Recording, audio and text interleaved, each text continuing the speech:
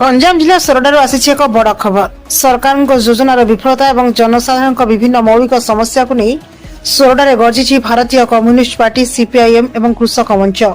राज्यर double engine सरकार विरोध में विषोदगार कर गतकाली 24 तारिख में सोरडा ब्लॉक कार्यालय घेराव कर शताधिक आंदोलनकारी।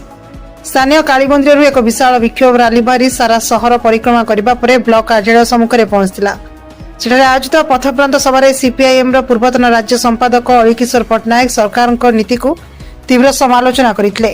दल तरफ राज्य सरकार निकट में अनेक दाबी उपस्थापन कर अंतर्भुक्त रही बार्धक्य विधवा असहाय भत्ता को मासिक 3000 टंका को वृद्धि करने सह प्रति मासरे नियमित भाव प्रदान करने, घन घन विद्युत काट और लो भोल्टेज समस्यार स्थायी समाधान, प्रत्येक हिताधिकारी को 300 यूनिट पर्यंत मागणा बिजुली जोगाइदेवा, पेट्रोल डीजेल रंधन गैस समेत अत्यावश्यक सामग्री दर वृद्धि पर नियंत्रण, प्रति ग्राम को बिजुली पानीय जल और पक्का रास्तार सुविधा, सोरडा ब्लॉक चाषी को उपयुक्त समय विहन सार और कीटनाशक जोगान, स्थानीय गोष्ठी स्वास्थ्य केन्द्र में आवश्यक डाक्तर नर्स नियुक्ति और मागणा औषध जोगान, समस्त दाबी को नहीं मुख्यमंत्री उद्देश्य स्मारक पत्र प्रस्तुत करा जायतिला।